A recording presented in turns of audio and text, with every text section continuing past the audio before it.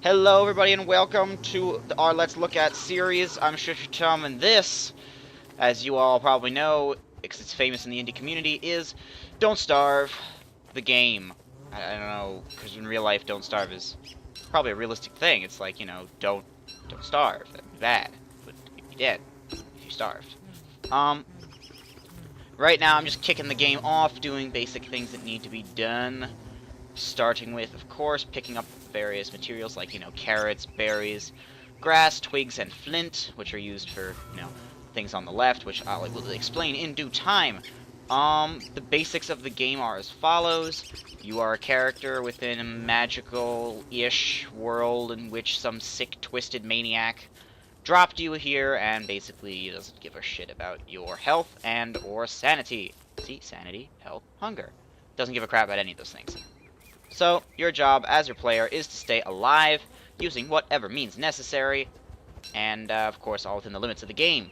So, the first things that you will need are grass here, twigs here. To do these things, you move around with the wasad, or, just the wasad. You can click on something to get your character to move to it and perform that action, or you can walk up to it, and press the spacebar button.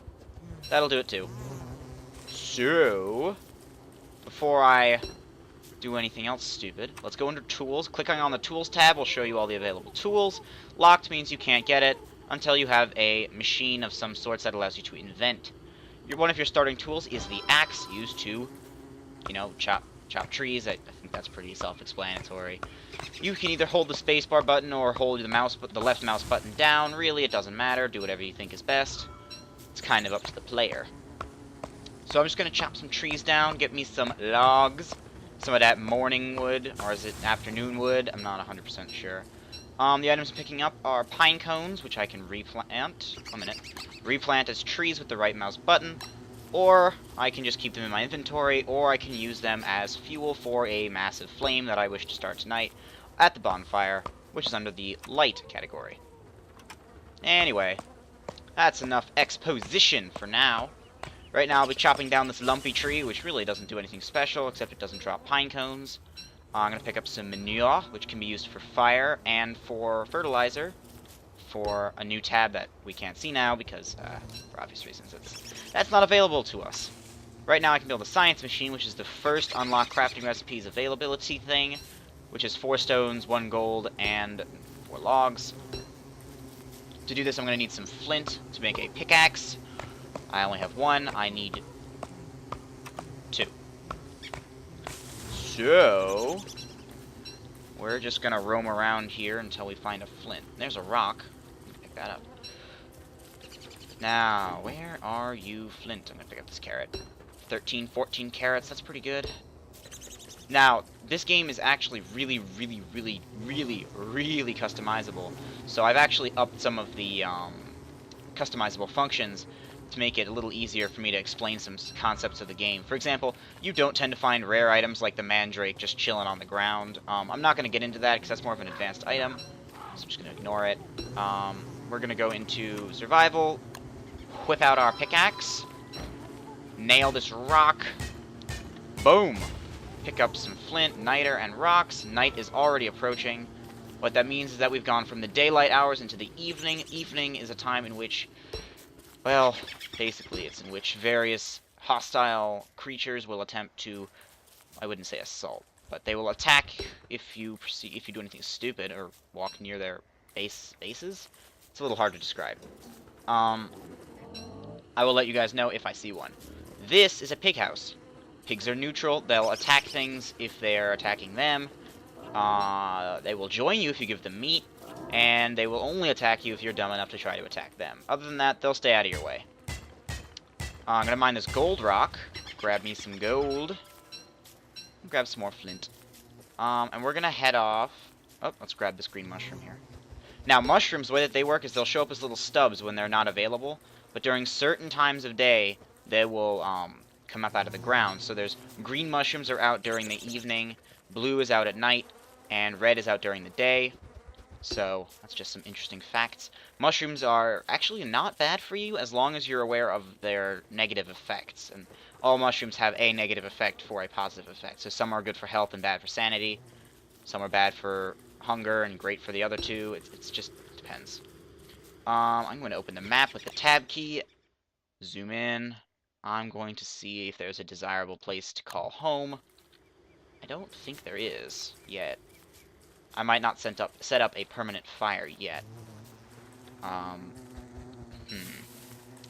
3 manure, got some grass. Just have a mushroom. Let's grab that.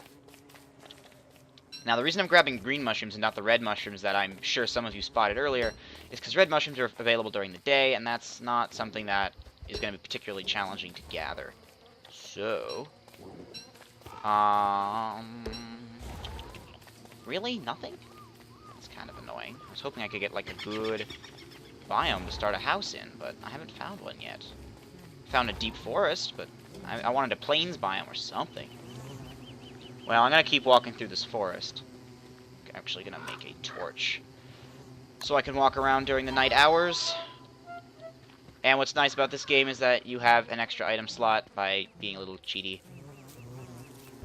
But I'm going to grab a few more green mushrooms, because, you know, I like mushrooms. I'm going to walk a little farther down through this biome, and it is nighttime.